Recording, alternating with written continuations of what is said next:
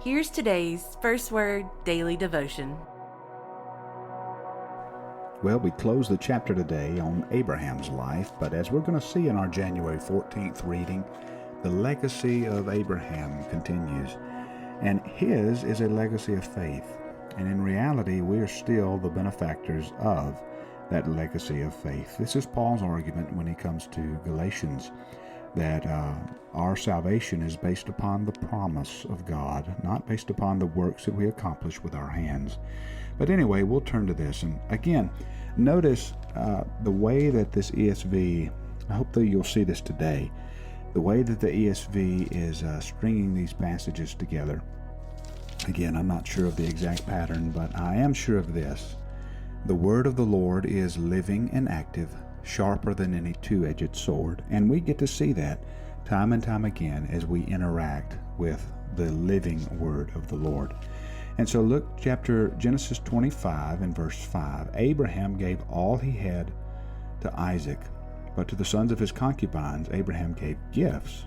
While he was still living, he sent them away from his son Isaac. Abraham, verse 8, breathed his last, died in a good old age, a man full of years, and was gathered to his people.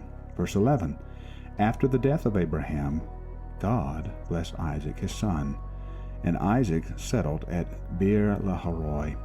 And so we see the promise is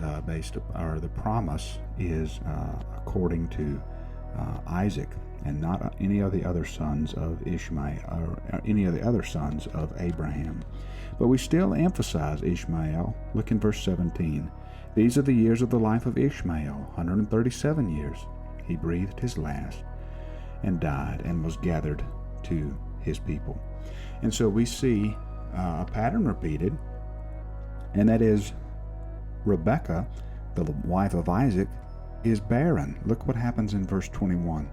Isaac prayed to the Lord for his wife because she was barren, and the Lord granted his prayer, and Rebekah, his wife, conceived. So here is Isaac facing the same issue that his father had. He had a wife whose womb was dead, and God caused life to come to the womb. Remember the promise?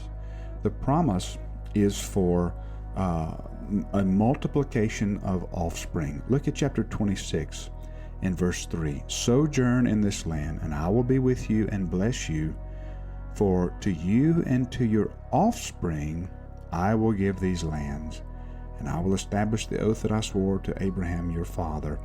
I will multiply your offspring. Here again is this pattern repeated, this promise, as the stars of heaven, and will give to your offspring all the lands, and in your offspring all the nations of the earth shall be blessed, because Abraham obeyed my voice and kept my charge, my commandments, my statutes, and my laws. Now, there's a connection here that we need to see between blessing and obedience. Blessing and obedience.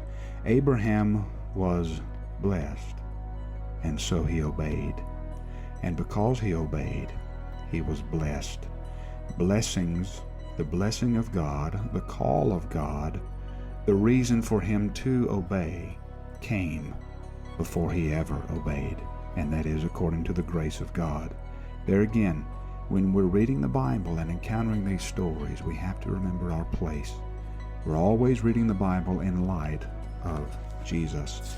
And so we turn there to Matthew chapter 7, where we have Jesus telling us that everyone who hears these words of mine and does them will be like a wise man who builds his house on the rock.